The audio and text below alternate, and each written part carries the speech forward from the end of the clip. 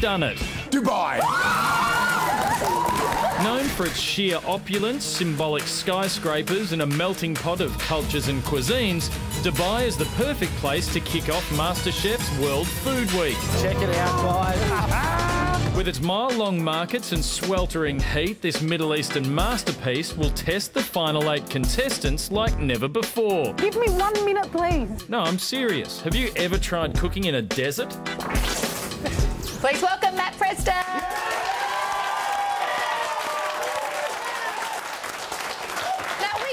Incredible vision there of you guys filming on the helipad at the top of the Burj. I mean, you're not afraid of heights, are you? That would have been terrifying. I'm not afraid of heights, but it is terrifying because there's no fence around it.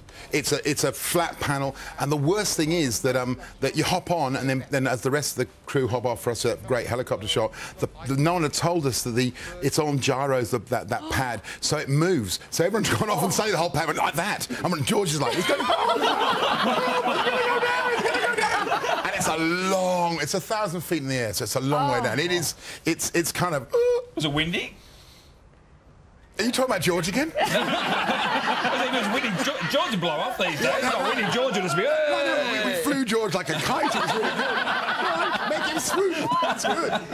Matt, the main challenge had the contestants cooking in the desert. Now, I always think they look like they're sweltering when they're in the kitchen, but how was it in the desert for them? It was balmy and beautiful. Mainly because we shot about 3 in the morning. Oh, okay. I think the toughest thing for a lot of them was actually getting on the camel to ride. So Samira did not like the camel at all. And George is terrified of camels. And I found this great tame camel. He's terrified of a lot, isn't he? He's yeah, but when you lead George around a camp with a camel behind you, he runs. It's kind of like squealing. Well, camels are also terrified of kites as well. So if I could have flown them both at the same time, it would have been amazing. No, look, it was quite.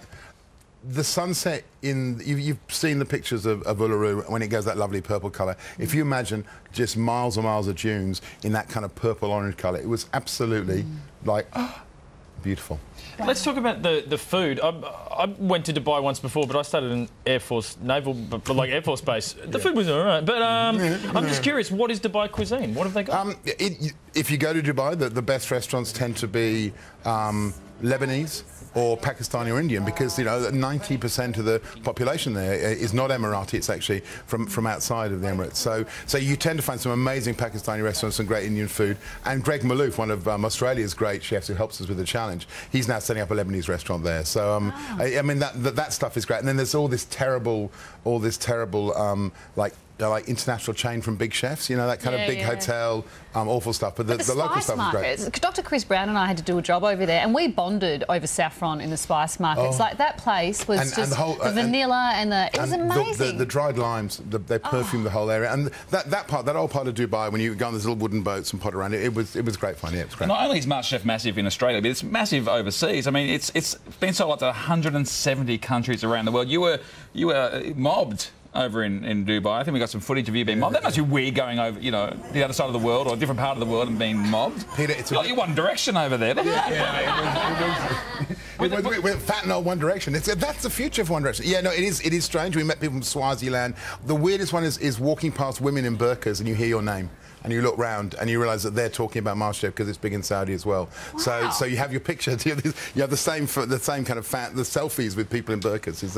It's wild. I was amazed it was so big in 170 countries because I had no idea there were 170 countries. Interesting. I can name like 12, I reckon. Interesting. I think neither did the contestant Daniel, because he was very confused about whether Dubai was a country or a city. Right. And it's tricky. It's tricky. Is it big in Islam? That's a big.